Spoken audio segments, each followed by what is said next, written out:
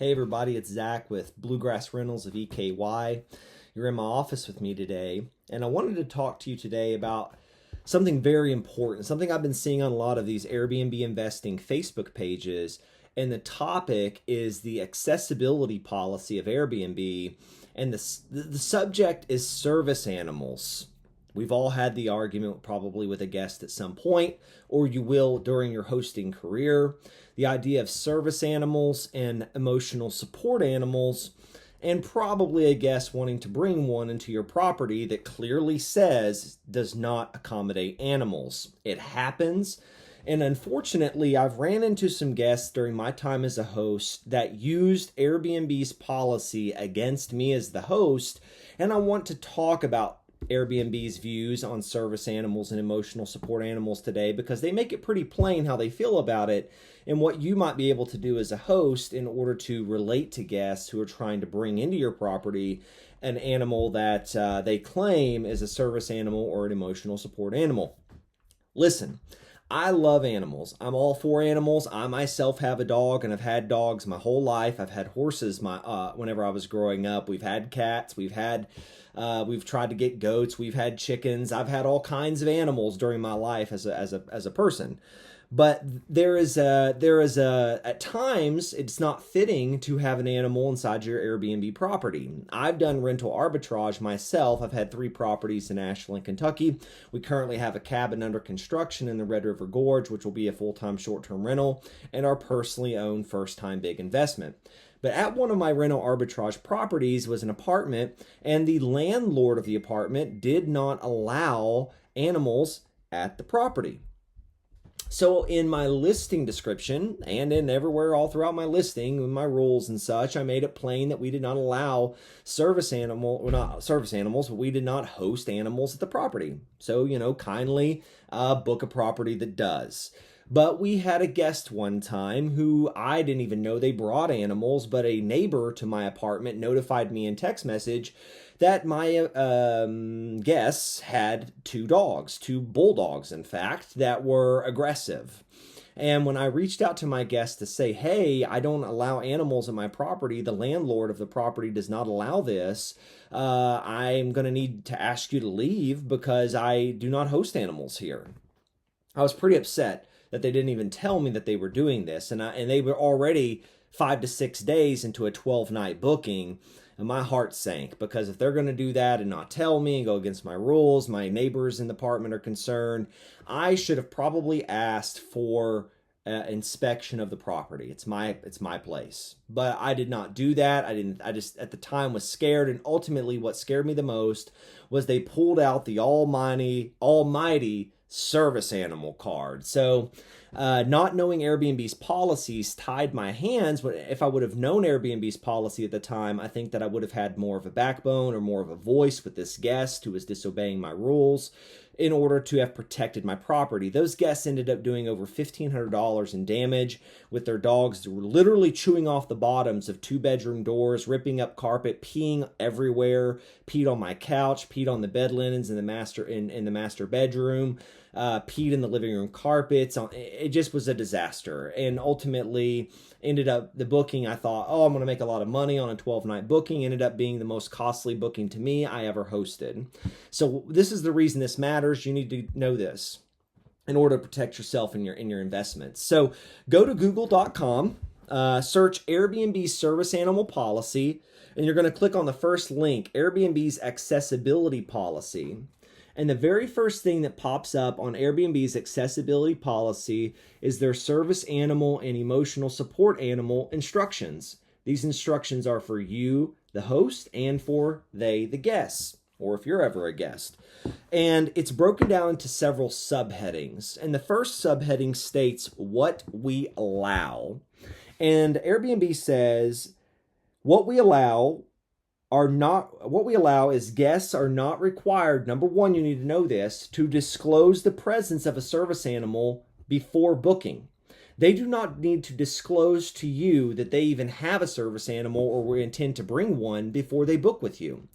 So that to me was a bit of an issue I thought I had with those guests that lied to me, is, they didn't even tell me they were bringing an animal into my property, yet they did that. But Airbnb's own policy gives them that out, that if they just claim it's a service animal, then they don't need to disclose to you, the host, that they are intending to bring one before they book with you.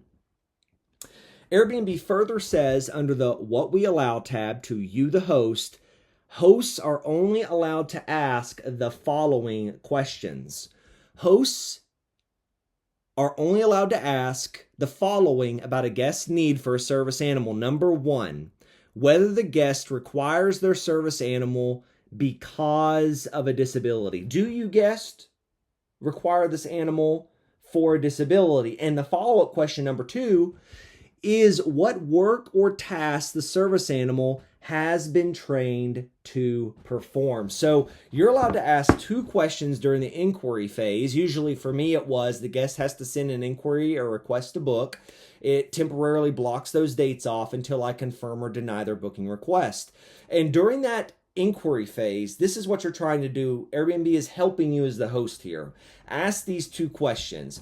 Is your animal required for a disability? Yes or no? And what specific task is the animal trained to perform in order to assist you, the guest, with that disability? You can ask those two questions. And the reason you're doing this is because you're trying to decipher between the guest, yourself, Airbnb support, if a case gets open, is this actually a service animal? Because legalities around it, non-discrimination legalities, is, oh, you're discriminating against the animal and the guest if you ask them for proof it's a service animal. I personally think that's ridiculous. I think that people should be required to show some kind of proof because service animals are most certainly certified and specifically trained and receive some type of proof of paperwork that they are indeed a service animal in order to be called a service animal. But some people in the community call their emotional support animals service animals, and the lingo in society kind of gets confusing. So what you're doing with these two questions is you're asking them, do you have a disability? What task is the animal trained to perform? And in asking that, you might be able to decipher whether it's an emotional support animal or if it's a legitimate service animal. Because in every state but New York and California, if it's an emotional support animal, and based off these two questions, you as the host come to the conclusion that it is, you can deny a booking request from someone with an emotional support animal, except in the states of New York and California. I'm sorry, guys, that are in New York and California. But you are asking these questions in order to protect yourself, in order to help the guest understand, and ultimately give Airbnb support as you're having this conversation with the guest on Airbnb's communications, which is why your communication with the guest needs to stay on Airbnb, that they can see the conversation you've had. The guest says, no, I don't really have a disability, I have anxiety, and my animal helps me stay calm. That's emotional support animal versus someone who says, I have diabetes, and my animal is trained to let me know when my sugar is high or low. That's a support, a service animal. And you could not deny the diabetes helps my sugar up and down animal, but you could deny the anxiety, depression helps me stay calm animal. These two questions, which Airbnb allows you to ask legally, are going to help you delineate that. You need to know that as the guest. Subsection part B, what we don't allow, Airbnb says. What we do not allow. Hosts are not allowed to A, refuse a reservation, B, charge pet fees, apply differential treatment, use discriminatory language, hold service animal guest owners to different sets of rules. So you are not allowed to do these things as a host to a service animal booking. You cannot refuse a reservation, even if your property is no animals. If a service animal guest books your place, you cannot tell them no, even if your personal wishes are no service animals. You cannot refuse a reservation of a service animal, though you can of an emotional support animal, except in New York and California. Charge extra pet fees, apply differential treatments, use discriminatory language, or hold them to different sets of rules. You as the host cannot do that. But the service animal, Airbnb says in this section, a guest service animal must not be. So that's what you as the host cannot do. What can the service animal not do? The service animal must not be out of control, unhousebroken, left alone at the home without prior approval of the host, allowed into unauthorized areas the guests wouldn't be, or allowed in public spaces without being harnessed, leashed, or tethered or out of the guest's control. And my poor guests that lied to me, their animals were doing and breaking all of these rules except being in unauthorized areas. So if I had known this, I could have told them, hey, your booking's done.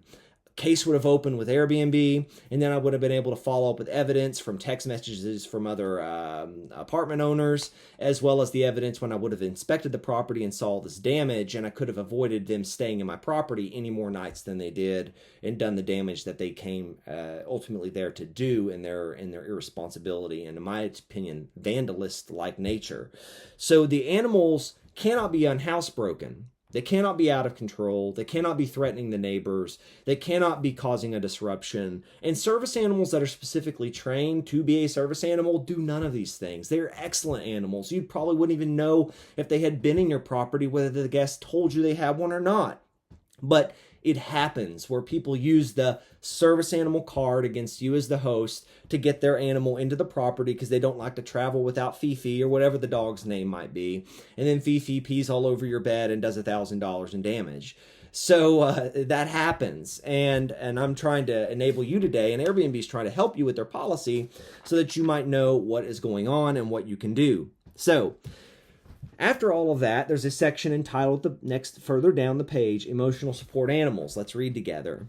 An animal that provides companionship is how Airbnb describes a service emotional support animal, relieves loneliness or helps with depression, anxiety, or certain phobias, but is not required to have special training to perform tasks that assist people with disabilities. What we allow. Unless the reservation is in New York or California, hosts may charge pet fees for a guest who is traveling with emotional support animal, and hosts are allowed to decline the presence of emotional support animals from a stay or an experience in your property. There it is. You can deny that. And that's why your Airbnb allows you to ask these two legal questions we discussed in the beginning. Do you have a disability? Yes or no? And usually guests will say, yes, I do. This is what it is. And is your animal trained to perform a specific task to alleviate that and assist with that disability?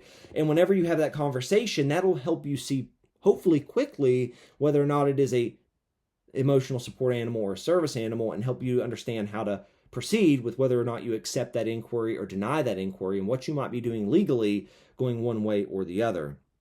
Airbnb further says on down there what they don't allow. They don't allow you to charge extra fees for animals in the state of New York and California for service animals, or decline a guest or a booking inquiry, or ask for information or documentation about a guest's emotional support animal beyond the questions they already gave you above. So really, you can never ask for documentation, but you can ask these questions, and it might help you to be able to know whether or not you can deny the inquiry of a guest trying to bring an animal into your property that you say you don't want animals at the specific property. And again, they say what animals, whether they're service animals or emotional support animals, that the animal cannot be unruly, out of control, unhousebroken, not harnessed, leashed, or tethered in public areas without being under the guest's control, or being in unauthorized spaces. So that's what I wanted to talk to you about today. I personally have experienced people bringing animals into my property that I did not allow animals at this specific property because I did not know Airbnb's stated policies about it. I ended up losing about $1,500 in damage. In my next video, I'm going to talk about how to get refunds from Airbnb for times when guests do damage your space, whether that's the people in it or the animals that they bring. Because these are common things that happen in just being a host and in running a business. We need to expect that, yes, we need to have a emergency fund, because I had one while I opened up a case with Airbnb about that $1,500 in damage. I could open up that case, file a claim, then go buy new stuff, fix the property, and get it rolling again to get cash flow coming in. So things happen. Linens are going to get damaged. Pots and pans are going to wear out or get broken. Things can happen with just normal wear and tear. And sometimes there's things beyond normal wear and tear. And we need to know Airbnb's policies as it surrounds these things so that you can know how to better become a host and protect yourself as well as your assets that you've invested in. and be a better host for guests and their experiences. So thank you for joining me today. I'm Zach Humphrey. This is Bluegrass Rentals of EKY.